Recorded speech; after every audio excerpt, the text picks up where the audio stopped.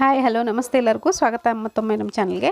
ನಾನಿವತ್ತು ಸೊಪ್ಪು ಮಾಡೋ ತೋರಿಸ್ತಿದ್ದೀನಿ. ಅಲಸಂದೆ ಜೊತೆಗೆ ಇದು ಚಿಲಕರಣಿ ಸೊಪ್ಪು ಅಂತ ಏನು ಹೇಳ್ತೀವಿ ಆ ಸೊಪ್ಪಿದು.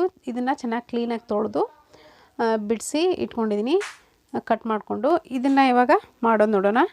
ಹಾಗೆ ನಾನಿಲ್ಲಿ ಅಲಸಂದೆ ಕಾಳನ್ನು 1 ಕಪ್ನಷ್ಟು ಅಲಸಂದೆ ಕಾಳನ್ನು ಬೇಯಿಸ್ಕೊಂಡು ಇಟ್ಕೊಂಡಿದ್ದೀನಿ ಕುಕ್ಕರ್ನಲ್ಲಿ.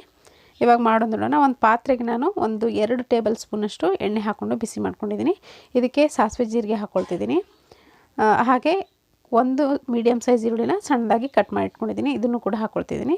ಹಾಗೆ 1 ಗೆಡ್ಡೆ ಬೆಳ್ಳುಳ್ಳಿನ ಜಜ್ಜಿಟ್ಕೊಂಡಿದ್ದೀನಿ, ಇದನ್ನು ಹಾಕ್ಕೊಂಡು ಚೆನ್ನಾಗಿ ಫ್ರೈ ಮಾಡ್ಕೊಳ್ಳಿ. ಹಾಗೆ ಇದು ಹಸಿಮೆಣಸಿನ್ಕಾಯಿ ಪೇಸ್ಟು, ಹಾಗೆ ಕರಿಬೇವಿನ ಸೊಪ್ಪು. ಹಸಿಮೆಣಸಿನ್ಕಾಯಿ ಪೇಸ್ಟ್ ಇಷ್ಟ ಇಲ್ಲ ಅಂದರೆ ಮೆಣಸಿನ್ಕಾಯನ್ನು ಕೂಡ ನೀವು ಸಣ್ಣದಾಗಿ ಕಟ್ ಮಾಡ್ಕೊಂಡು ಹಾಕ್ಕೊಳ್ಬೋದು. ಇದನ್ನು ಸ್ವಲ್ಪ ಫ್ರೈ ಮಾಡ್ಕೊಂಡಾದ್ಮೇಲೆ ಈ ಸೊಪ್ಪನ್ನು ಹಾಕ್ಕೊಂಡು ಚೆನ್ನಾಗಿ ಬಾಡಿಸ್ಕೊಳ್ಳಿ. ಸೊಪ್ಪು ಚೆನ್ನಾಗಿ ಬಾಡಬೇಕು. ಮೀಡಿಯಮ್ ಮತ್ತು ಹೈ ಫ್ಲೇಮ್ನ ಮಧ್ಯೆ ಇಟ್ಕೊಂಡು ಚೆನ್ನಾಗಿ ಒಂದ್ಸರಿ ಈ ಥರ ಬಾಡಿಸ್ಕೊಳ್ಳಿ. ತುಂಬಾ ಟೇಸ್ಟಿಯಾಗಿರುತ್ತೆ. ಸೊಪ್ಪು ಆದಷ್ಟು ಜಾಸ್ತಿ ತಿನ್ನೋದ್ರಿಂದ ಹೆಲ್ತ್ಗೂ ಕೂಡ ಒಳ್ಳೆಯದು. ಅದಕ್ಕೋಸ್ಕರ ಆದಷ್ಟು ಸೊಪ್ಪುಗಳನ್ನು ಬಳಸಿ ಪಲ್ಯಗಳನ್ನು ಮಾಡ್ಕೊಳ್ಳಿ. ಇವಾಗ ಇದನ್ನು ಮುಚ್ಚಿ 1-2 ನಿಮಿಷ ಬಿಟ್ಟಿದ್ದೆ. ಚೆನ್ನಾಗಿ ಸೊಪ್ಪು ಪೂರ್ತಿಯಾಗಿ ಬೆಂದಿದೆ.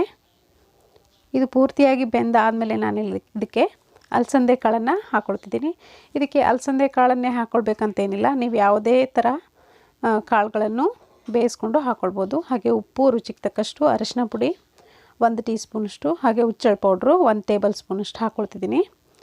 ಹುಚ್ಚಳ ಪೌಡ್ರನ್ನ ನೀವು ಯಾವುದೇ ಪಲ್ಯಗಳಿಗೆ ಅಥವಾ ಯಾವುದೇ ಕರಿಗಳಿಗೆ ನೀವು ಹಾಕಿದ್ರೆ ತುಂಬಾ ಟೇಸ್ಟ್ ಜಾಸ್ತಿ ಆಗುತ್ತೆ ಅದರದ್ದು. ಇದನ್ನು ಹಾಕ್ಕೊಂಡು ಒಂದ್ಸರಿ ಚೆನ್ನಾಗಿ ಈ ಥರ ಮಿಕ್ಸ್ ಮಾಡ್ಕೊಳ್ಳಿ. ನೀವು ಈ ಟೈಮ್ನಲ್ಲಿ ಹಸಿ ಕರಿಬೇವು ಸೊಪ್ಪನ್ನು ಕೂಡ ಹಾಕ್ಕೊಳ್ಬೋದು. ಮುಚ್ಚಿ 1-2 ನಿಮಿಷ ಬೇಯಿಸ್ಕೊಳ್ತೀನಿ.